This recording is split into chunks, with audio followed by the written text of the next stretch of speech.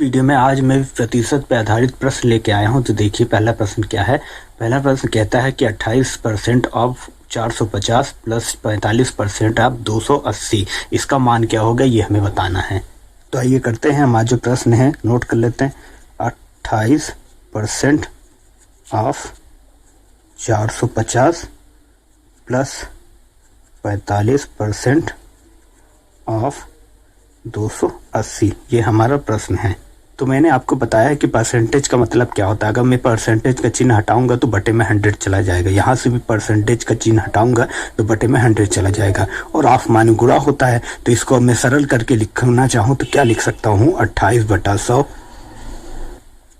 Into 450 plus 45/100 into 280 में ये लिख सकता हूँ। ठीक है, यहाँ तक तो कोई दिक्कत नहीं है।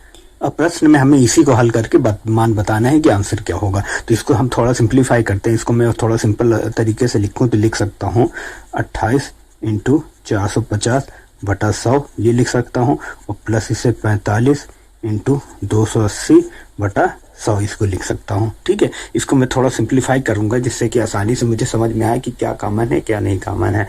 ठीक है, तो अभी यहाँ से मुझे दिख रहा है कि 28 कॉमन ले सकता हूँ, 45 कॉमन लिख सकता हूँ।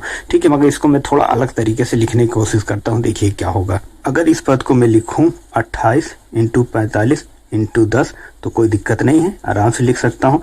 और इस पद को भी लिखूँ 45 इंटू 28 इंटू 10 तब भी कोई दिक्कत नहीं है। अब कोई मान में परिवर्तन नहीं हुआ। अब अगर देखा जाए तो दोनों पद जो देखे हैं बराबर हैं। ठीक है, तो अगर दोनों पद बराबर हैं तो दोनों को जोड़ देंगे तो ये दोनों पद होंगे आपस के डबल हो जाएंगे। जो पद है वो डबल हो जाएगा। तो अगर इन दोनों को जोड़ा जाए तो आंसर क्या आएगा, 2 गुणे 28 इंटू 45 इंटू 10/100 यही हमारा आंसर आएगा। तो इसी को हम सिंप्लीफाई कर लेंगे और जो आंसर आएगा वो आसानी से आ जाएगा। आइए कर लेते हैं।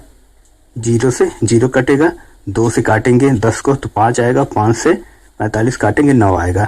9 और 28 गुणा कर लेंगे तो 9 8 72 होता है, 50 7 18 और 7 25 तो 252 हमारा जो आया है आंसर यही हमारा आंसर होगा। तो ऑप्शन हम देखेंगे तो ऑप्शन बी ही हमारा आंसर है। अब अगला प्रश्न कहता है कि 860% ऑफ 50 प्लस 50% ऑफ 860 इसका मान क्या होगा। ठीक है, तो इसको भी उसी तरीके से करेंगे। हमारा सवाल क्या है, 860% ऑफ 50 प्लस 50% ऑफ 860।